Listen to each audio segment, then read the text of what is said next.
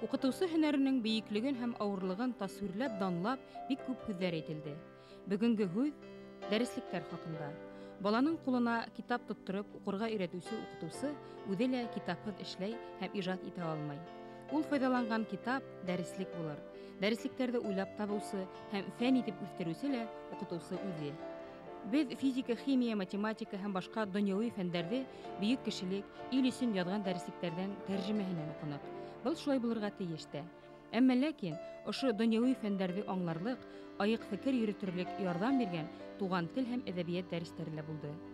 Улардагы туган телмәр, туган моң һәм өндәр менән әкият, эпос, йыр легендаларыбыз, халкыбызның ардаклы ул һәм кызлары иҗат иткән туган әдәбиятыбыз менән кинәнеп таныштык. Туган тел һәм туган әдәбият дәресләре һәркем өчен тормыш дәресе яки дөньяның тәүге хабактары. Һәр милләт кешеһе өчен шулай. Башкортстан Республикасы президенты Муртаза Губайдулла улы Рахимовтың республиканың дәүләт йыелышына язылган хатында һәм Башкортстан Республикасы халыклары телдәре турысындагы законында республикабызда яшәүче һәр милләт вәкиле үзенең туган телен өйрәнһен өчен шартлар тудыру турысында ла әйтелде. Иң тәүге шарт дәреслектәр һәм укыту, күргәзмә әсбаптар әзерләп чыгару. Ошо мәсьәләләрне тормышка ашыру максатында Халык мәгарифе министрлыгы программа әзерләне. Бұл программа буенча 2005 елга тиклем әле яшәп килгән дәреслекләрне кайтанан карап, заманга күрә камилләштереп чыгарудан тыш, яңа буын дәреслектәре ядуда күрүендә тотыла. Ләкин еш кына безнең укытучыларыбыз бұл дәреслектәрнең йөкмәткеһе турысында үзләренең фикерләрен әйтәләр. Текстларның авыр булуы, күп кенә сүзләрнең укучыларга аңлашылмавы турысында ла.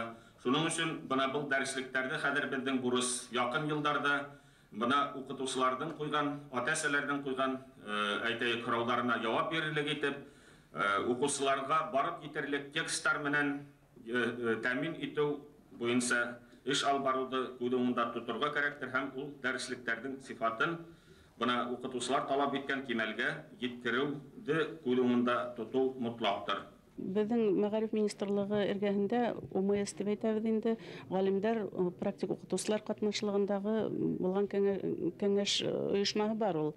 Ләкин ул моны әзер булган кулъязмалар буенча гына үзенең тәкъдимнәрен әйтә ала, безгә раслай ул нидәрдә дәреслектәрдә. Буны алдан күреп, менә был ватан тарихы буенча яки тарих буенча булган, җәмгыять белеме булган, белем буенча булган дәреслектәрдән, Мәскәү дәреслектәрен бигрәк тә кайһысын безгә алып тәрҗемә итәргә, кайһысын уның башкорт мәктәпләренә тәкъдим итәргә. Менә был мәсьәләне шулай ук, менә шул ук башка фәннәрдән дә шундай ук сораулар туып тора бит инде. Менә шуларны ничектер уртага алып хәл итә торган бер кәңәшмә органы кирәк. Унда шулай ук предметты яхшы белгән галимнәр булырга тиеш. Унда шулай ук менә был фәндән кайһы нисек кабул ителгәнен балалар тарафынан, бuna балалар буны нисек был материалды кабул итә алалармы, укытучыларның фикере яңгырарга тиеш был кәңәшмәләр. Буны шулай уртага алып, шуны хәл иткәндә, ниндәйдер бер чиндың ихтыярына карап кына дәреслектәрне нәшр итү күп нәмә булмас иде. Башкорт әдәбияты дәреслекләрен язу буенча мин 30 елга якын катнашып киләм икән әле. Менә уйлап утырдым да, 70нче елларның башларынан алып. Шуның өчен ул әдәбият урта мәктәп өчен башкорт әдәбияты дәреслекләрен әзерләүдә берничә буын дәреслектәр үтте дип карыйм мин. Заманалар үзгәрү менән программалар үзгәрә торды. Программалар үзгәргәч, программаларга ярашлы рәвештә дәреслектәр ягыннан язылды. Тәүге дәреслектәрдә насар түгел иде. Без мәсәлән 6-нчы, 7-нче, 5-нче, 6-нчы классларга туган әдәбияттан коллектив авторлар тарафыннан дәреслек яздык. 70нче елларда Марьян Гемалова, Марат Минхажетдинов һәм мин катнаштым. Ул дәреслектәрдә насар түгел иде. Ләкин аннан һуң язылган дәреслектәр аларга караганда яхшырак, камилларак булды дип уйлыйм мин аларда. Уннан инде бына 90нчы еллар уртаһында өр-яңа программа нигезендә тагы üçüncü buğun yaңы dərslikler sıktı. Bunda mesela 7-8 klasslar üçün yazdık biz 90-cı yıllar ortasında kolektiv avtorlar dərslikler. Ул dərsliklərə Мәгариф Министрлыгы конкурс иғлан иткәнне, конкурста ул беренче премияны алды, 2 дәреслектә 7 һәм 8 класслар өчен. Һәм ул дәреслектәр килеп чыккач, аларның сифаты ла һәм техник полиграфик яктан эшләнешләре яхшы булды. Һәр хәлдә бу дәреслектәрдә әдәбияттан укытучылар, шул вакытта мәктәп укучылары ла бик хуплап шатланып каршы алды. Ташты ярып сыккан гөлдәр күк, заман акытлыгын ярып күтәрелгән һәм хәл ителә барган мәсьәләләрнең береһе башкорт мәктәпләре өчен яңа дәреслектәр булдыру. Дәреслек укусы өчен сыгарыла, әмма китап бала кулына барып китердән алда укытучы нәшрият китап авторларының белем тәрәнлеген ала, укыту усталыгына таяна, профессиональ югарлыгын талап итә. Башкорт теле һәм әдәбияты буенча дәреслек авторларының республика семинар кәңәшмәһенә төрле район һәм калалардан укытучылар Күгәрсен районында йылды. Улар дәреслек авторлары, академиктар, галимдар гына түгел, үзләре менән бер төпкә егелеп милли мәгариф арбаһын тартучылар. Һөйләшүләр асыктан-асык, эшлекле, һөдемтәле булган өчен укытучы практиканттың фикере бик кыйммәт баһаланды. Һәр автор үз дәреслеге буенча эшләгән укытучыны һәм укусыны күрде. Ең зур теләктәр булып бына ошо әсә теле дәреслектәрендә диалогик телмәр үстерү, монологик телмәр үстерүне күз уңында тотып төзүһендәр ине. Һуңына менә һәр бер дәреслектең артында хүзлек эше бирелгән ине. Русса башкортса, башкортса русса хүзлектәр җитешмәй. Менә бу безнең эштә авырлыктар тудыра. Яңа дәреслектәрдә кулга алган вакытта һез алардан һәр вакыт нимә көтәһегез? Яңа дәреслектәрдә алган вакытта без һәр вакыт яңа темалар, кайһы бер темалардан әзрәк ябайлаштырып бирелүен көтәбез. Яңа биремдәр, шаян биремдәр күбрәк булһын ине, балаларны кызыксындыру алырлык. Һәм шулай ук күргәзмәлелек итешмәй безнең балаларга. Бер дәреслекте бер галим төтүгәс, икенче дәреслек икенче галим, өченче галим төтүгәс бәйләнеш бик юк. Нашы бәйләнеште лә булдырганда бик ары булыр ине. Һәм без күнегүләрне бер тематикалы итеп күргебез килә.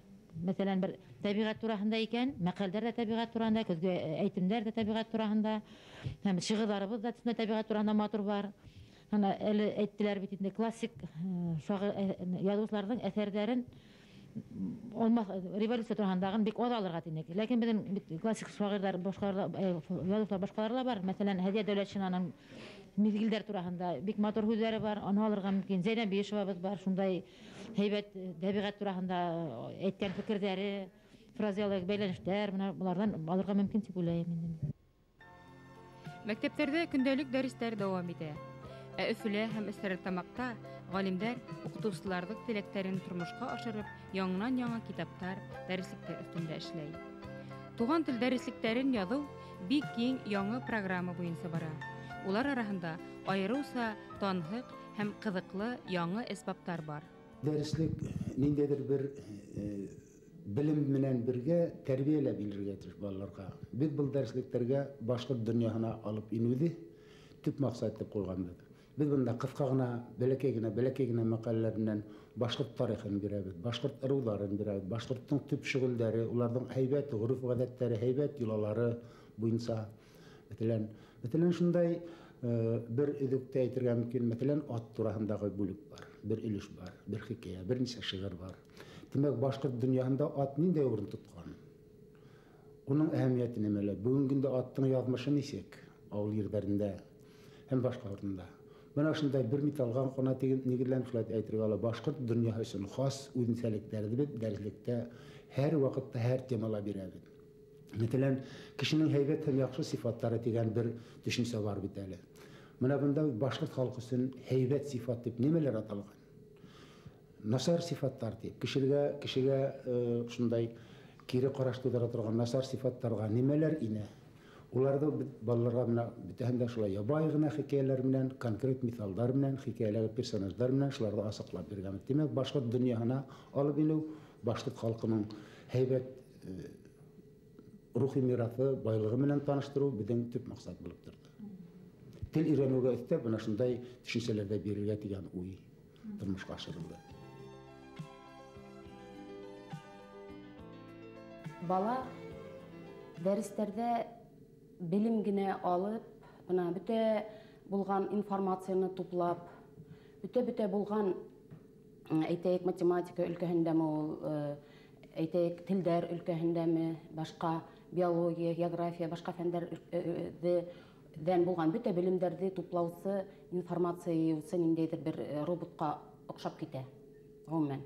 Кешелек сифаттарын без онытып калабыз. Хәзерге заманда бuna шул сифаттарды әйтәйек, психологик үзсәнлекләрен баланың үстерү, бuna ул үзен яклай алырлык булырга тиеш, үзенең үз фикерен, үзенең алдында торган максаттарга ирешә алырлык шәхес булу өчен бuna ошо укыту технологиясын яңартырга кирәк. Билим алу гына максат булырга тиеш түгел мәктәптә. Шуңа күрә дәресләрдә бала шул билимде укытучының ярдәмендә әлбәттә ул үз хезмәтен халып, үзе эзләп, ниндидер элекке белгән билимдәренә таянып, шулай ук иптәшләре менән кәңәшләшеп, бuna бер класста улар төркемдәрдә эшләгән сакта әйтәйек, башка кешеләрнең билименә таянып, үзе белмәгәннәрен, бuna шулай итеп укытучынан һорапмы, иптәшләреннән, ата-әсәһеннән, өлкәннәрдән һорап, бuna ул ничек тә булһа үзе шул авырлыкты еңеп сыгып өйрәнергә тиеш. Элекке язылган дәреслектер ничектер академизм теге корырак языла иде. Хәзерге яңа язылган дәреслектер менә без яздык 8-нче, 9-нчы, 10-нчы, 11-нче классларга яңа дәреслектер башкорт әдәбиятыннан. Менә шуларның соңгы сыкканнарның берсе хәзерге башкорт әдәбияты 11-нче класс өчен дәреслек. Бу дәреслек бөтенләй яңа, хәзерге язучылар, хәзерге тормыш, хәзерге проблемалар төрлелеге, тематик төрлелек һәм художестволы кабул итүнең, сәнгать эшләнүнең камил төрләреннән булган әсәрләрне һәм күренекле билдәле хәзерге заман язучыларын алырга тырыштык. Менә бу 11-нче класстың дәреслеге шул яктан әһәмиятле булды дип әйтә алабыз. Чөнки укытучылар буларны бик шатланып кабул иттеләр. Шул вакытта менә эшләнешләр, ниләрләр бөтен яктан килгән. Әгәр дә әдәбият турында, матурлык турында һөйләйбез икән, аның дәреслеге лә бөтен яктан матур булырга тиеш. Менә хәтта форсларга тиклеп үрнәкләрен күрергә тиеш.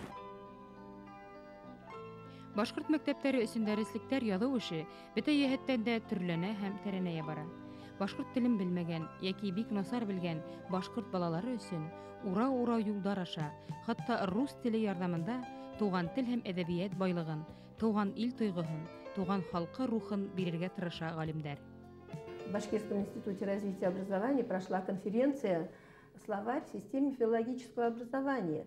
И очень было приятно, что в этой конференции приняли участие широкий круг ученых, филологов, не только русистов, тюркологов, ученых, которые создают словари для башкирской школы. Наша лексикография башкирская, она вообще очень большие успехи имеет, и в том числе учебная лексикография. И участвовали учителя. Большой интерес к этой проблеме.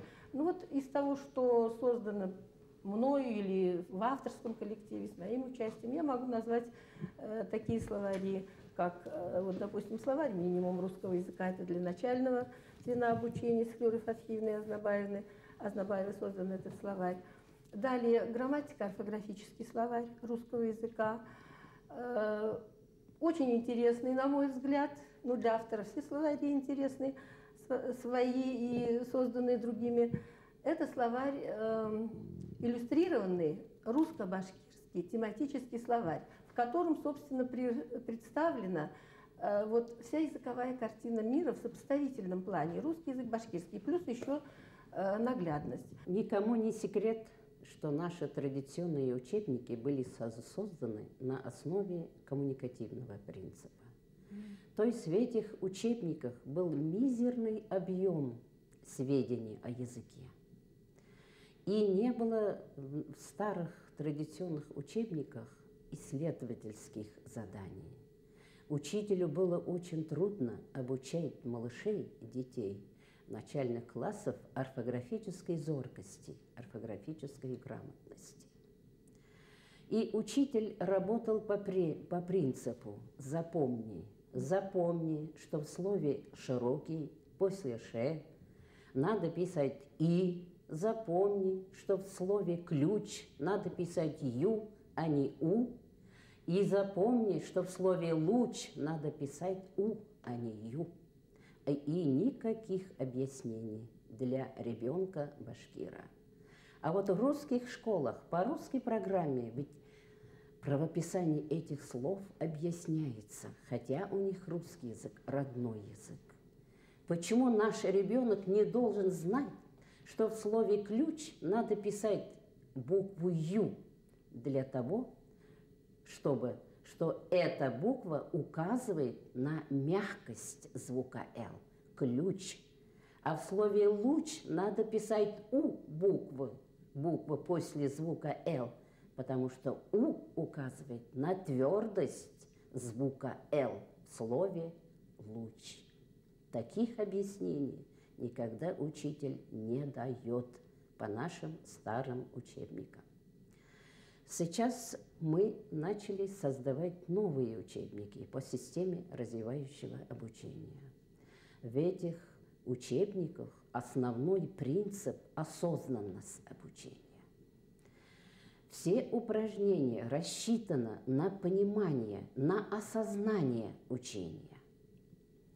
Действительно, наш ребенок сейчас рассуждает. В слове «ключ» надо писать «ю». Башкорт балаларына әсә теле дәреслектәре язган тәҗрибәле укытучыларыбыз Мәргәм Гыймалова, Саҗидә Зайлалова, Фәрзәнә Абдуллина, Валип Сәнчин, Гали Сәйдбатталовтар касандыр ошо изге эш башында торган күренекле шәхестәребезнең Сәгыйд Агыш, Кадир Даян, Абдрахман Галләмов һәм Төхфәт Аслаевтарның һәм башка узамандарыбызның эшен дәвам иткән. Укытучы матур итеп эшләһен өчен, укытучы үзенә яратырлык, балалар да яратырлык әсәрне һайлай белергә кирәк. Бөтә авторлар да әсәрләрне, яхшы әсәрләрне һайлай алмый. Бик буш шигырьләр күп безнең, буш лозунга характерындагы, шалтырап торган шигырьләр. Шулар тутыралар китапка. Минең әйткәнем бар авторларга китаптар тикшергән вакытта.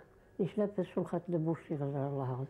Һездә нишләп вкус юк дип мине әйткәнем бар. Ошо безнең кандидаттар, укытучылар, югары уку йортларындагы.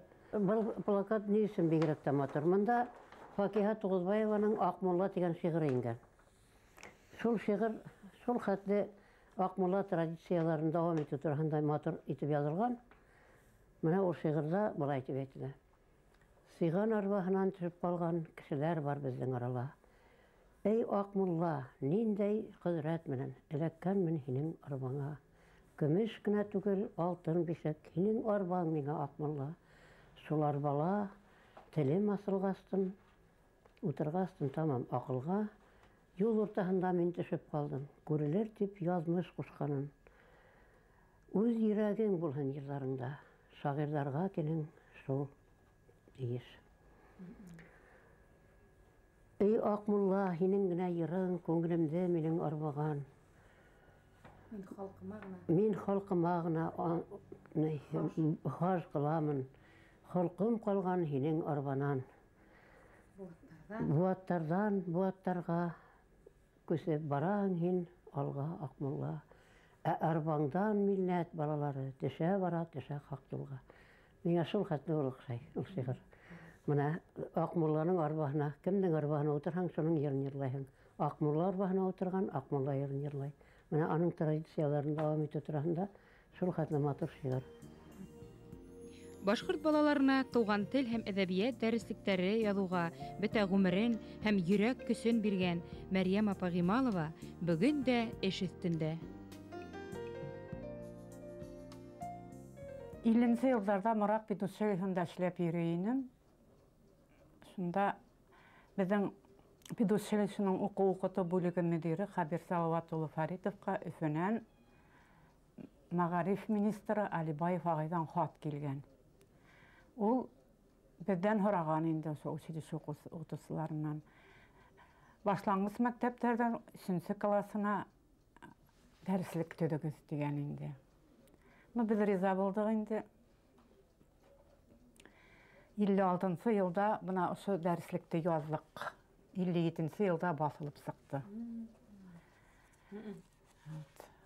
Шуннан артабан инде ул һаман басыла килде инде. Бuna бөтә аның басмалары һалган. Менә бер 6-нчы басмаһы 68 елда бuna 6-нчы басма.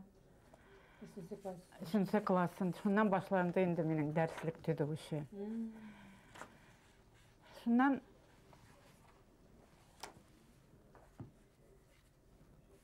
бұл дәреслекте төдергә өйрәтте инде миңа Хабир Салават улы Фаритов. Ул 30-нчы елларда Төмәс педучилищеһында иң яхшы укытучылардан саналган. Директор Галимов агай дәрескә инһә, сыкканда балалар алдында кулымда кысып сыгып китә ине дип һөйләй торгайны мәрхүм. Ысынлап та ул башкорт телен бик оста укыта ине, искитерлек оста укыта ине. Уның дәресендә шундай логика, шундай тәртип, бер артык һүз һөйләмәс инде. Бөтәһе кирәклегенә. Сибен ускан тавышта ишетелә инде. Бер тавыш та юк, тик балаларның тын алганы гына ишетелә. Һәм Мурак педучилищеһында ул елларда ук төп предмет булып башкорт теле торды. Шулай куелгайны. Мына хәзер әле күпме көрәштәр менән шуга барып китеп киләбез. Анда шул вакытта ук шулай булган. Чөнки ул табигый башкорт теленең беренче булып йөрүе. Электән шулай килгән. Табигый. Шуннан 70-нче еллар җитте инде. 70-нче елларда башлангыч мәктәп нигә калды? 3 еллыкка калды. Бу вакытта Фатима Хамидовна министр. Ул төдене инде автор коллективтары төдене.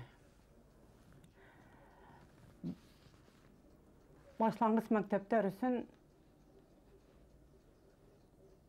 автор коллективы 4 кешенән тора ине. Хабир Салават улы Фаритов, Сәлман Сөләйман улы Иргалин, мин һәм Ындыкай Ахметовна. Исламгулова. Бuna ошо өлкән яшьтәге кешеләр инде, Ындыкай яши инде, без картыйны инде ул вакытта бу.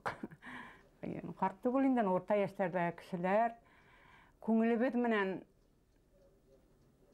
бала сакка кайтып, һәр көнде кисен бер ергә йыелабыз дүртәүләп. Шунда дүртәүләп дәреслек төденек инде. Ул дәреслек